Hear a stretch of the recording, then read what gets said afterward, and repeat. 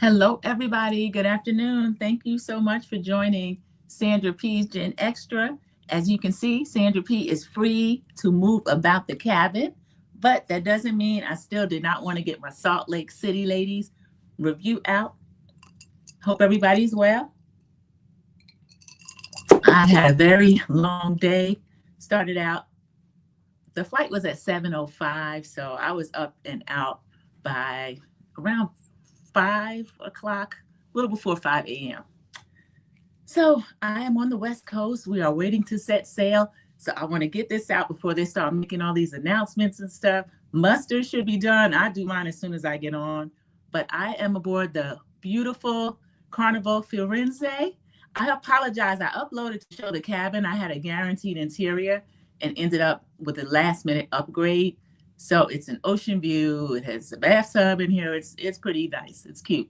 So I appreciate everybody that can join me during the live review. And I'm going to do later on when everybody starts to get settled in, I'll go around the ship and just do a little tour. This is my first time aboard Carnival Firenze. It's really nice. It's laid out a lot differently than what I'm used to from the other Carnival ships, but it is gorgeous. So this is the Real Housewives of Salt Lake City. We are in season 6, already at episode 13. Greek for the week. This is Angie K's trip. So she gets to host a trip to Greeks. We all know how much she loves her heritage. Welcome, Sharon Gobble. Thank you so much for coming in during the live. And I'm going to get this out before we set sail and they start making all these announcements. So I think I have at least a half hour, hopefully. So Angie K is hosting this trip with all of the ladies, Salt Lake City ladies. Her aunt and the dad come over along with Mary and Heather, and they're going to teach them a little bit of travel Greek, which I thought was cute. The thing that got on my nerves, everybody, is that Heather tries too hard. She's turned into a real tryhard. She starts asking rude stuff. So Mary is asking things like, well, how do you say boring? How do you say, well, there's no Greek word for boring, which I loved. I found that interesting.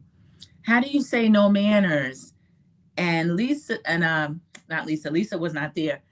Heather wanted to learn how to say curse words and stuff. Now that's normal. Like in another language, you wouldn't want to learn that. But the aunt finally asked Heather, she said, are you going over there to be nice or are you going to fight people? Heather says, a little bit of both. So she told on herself, y'all.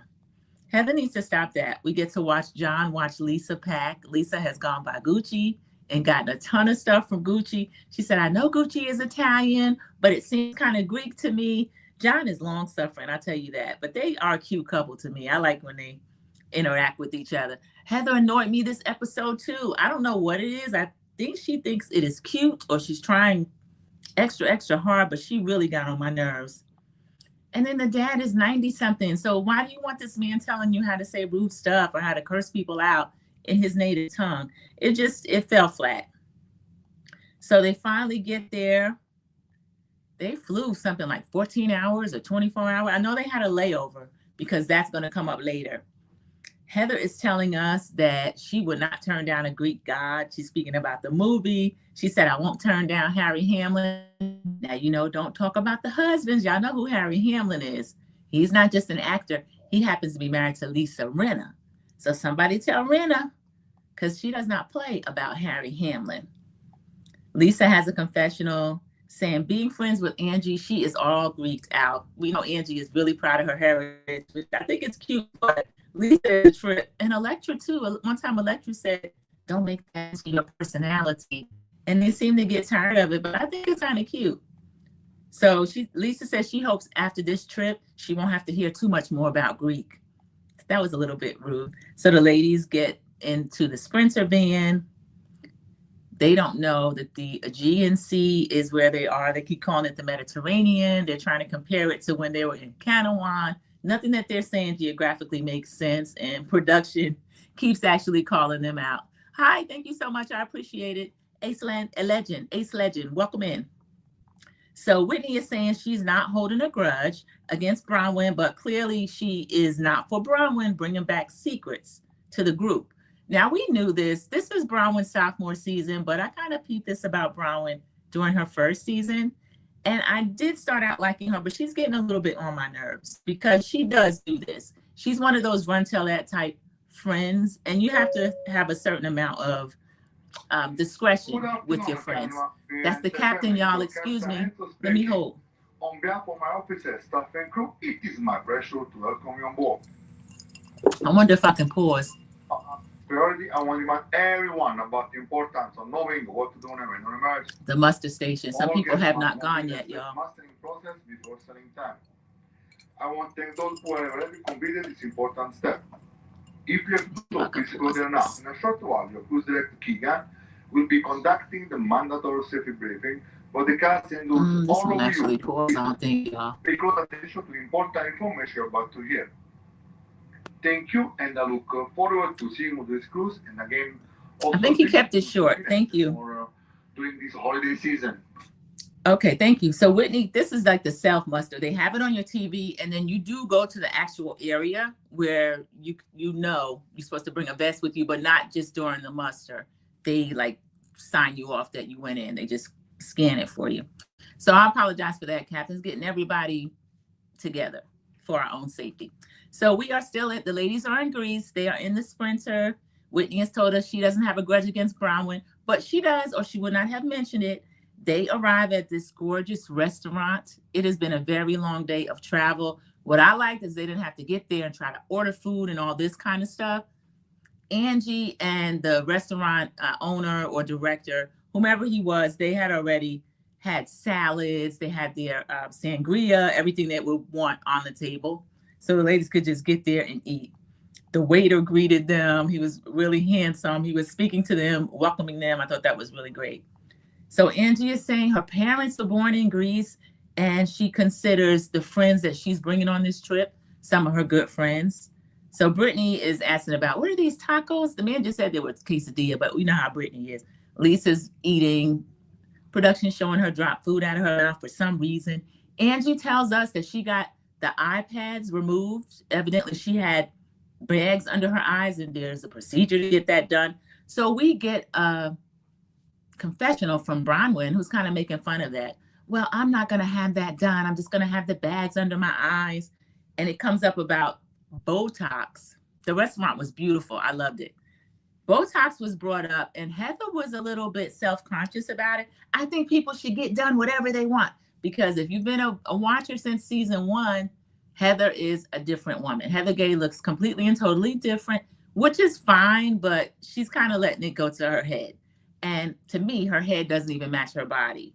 She said that she's on Ozempic, so she's taking those shots, and she just looks totally different. She's doing a lot of Botox and all kind of stuff. She does own a business called Beauty Lab, but she just doesn't look the same.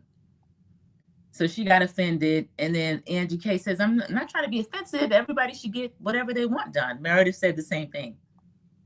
So Heather started trying to provoke Lisa. Lisa, she said, what time is it? This is Lisa and Whitney. So they start joking that Heather bought a Cartier watch during their layover in LA. Lisa has a Cartier watch. So Heather gets a confessional, and she is telling us, at the LA duty free, I heard Angie K and Lisa having an argument about who was the first one to start wearing a Cartier watch. Of course, Lisa thinks it's her. Angie K said it doesn't matter, which makes me think that Angie K might have copied Lisa. But when they made one, they made so many of them, unless you have like a one of a kind something. Mary gets a confessional saying, it's a grandma watch. I'm not going to spend all this money trying to keep up with a grandma watch. But I thought it was really ignorant of Heather and kind of stalking next level to buy a. Mary said, how much do those cost? It's a $6,000 watch. And she brought Whitney one. So her and Whitney thought that was really funny. I think it fell flat. Lisa says, I'm happy for you. Heather gets another confessional saying she's trying to act like she's unbothered, but I know it bothers her. I know it bothers her. And it might, but you spent $6,000. She said they had to buy one, get one. So I hope she didn't spend $12,000. I thought that was crazy. Heather's whole face has transformed. She's kind of scary looking. Yeah, I don't really like talking about people's looks, but she places such a high value on it. And I don't think her looks have improved at all. So I feel kind of sorry for her that her self-esteem was there. This is going to come up later because they're always telling Lisa that she is the one that values material things and has low self-esteem. I don't think that about Lisa. So Angie jokes, you ladies look expensive. So they move on from there, but they were arguing about who had the Porsche first. Lisa gets a confessional and says, I don't even know what she drives, but she knew what I drive, talking about Angie K. Because remember, there was another Angie on the first season 1 and 2 of the show. Angie K was friend of, and then she finally came on the show.